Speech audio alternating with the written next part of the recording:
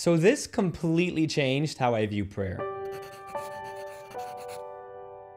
God can seem pretty confusing sometimes. I felt he called me to seminary, but so much of my prayer in seminary was pretty dry. I would spend hours in the chapel kind of annoyed with God because he wasn't speaking more clearly. But now I understand why. In the Gospels, Jesus tells this story about a widow who has a legal case and needs a just ruling from a judge. At first, the judge doesn't do much, but the lady bothers him for so long that he eventually rules in her favor. He says, "I will deliver a just decision for her, lest she finally come and strike me." For the judge to feel that way, this lady must have been really annoying. She must have followed him around, talked to him constantly, essentially stalked him until she got what she wanted. This makes me curious as to what their relationship looked like after the ruling. After the pestering, the lady must have known where the judge lived. She must have known where he liked to go, what his schedule was, what he enjoyed doing. And I bet he knew a lot about her too. He knew where she would show up, all her typical arguments. He knew that once she started something, she was going to finish it. My guess is that the next time that widow came to that judge with a case, he took care of it right away because he knew she was going to wreck his life until he did.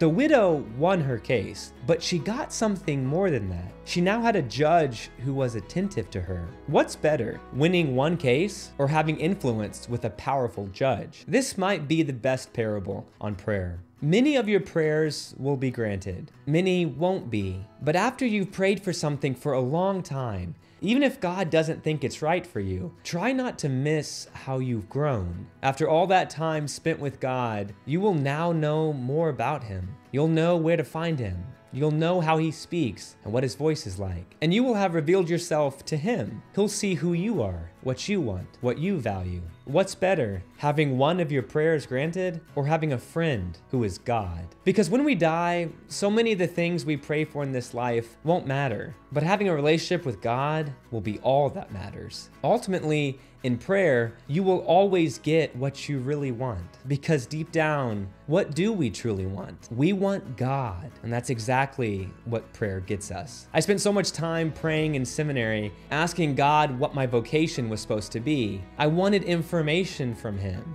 But after all those hours of prayer, I had something much better than information. I had a relationship with Jesus. We became friends. That's the reason to keep praying. You might not get exactly what you want when you ask, but in the process of asking, you just might get something better. You might end up being best friends with God.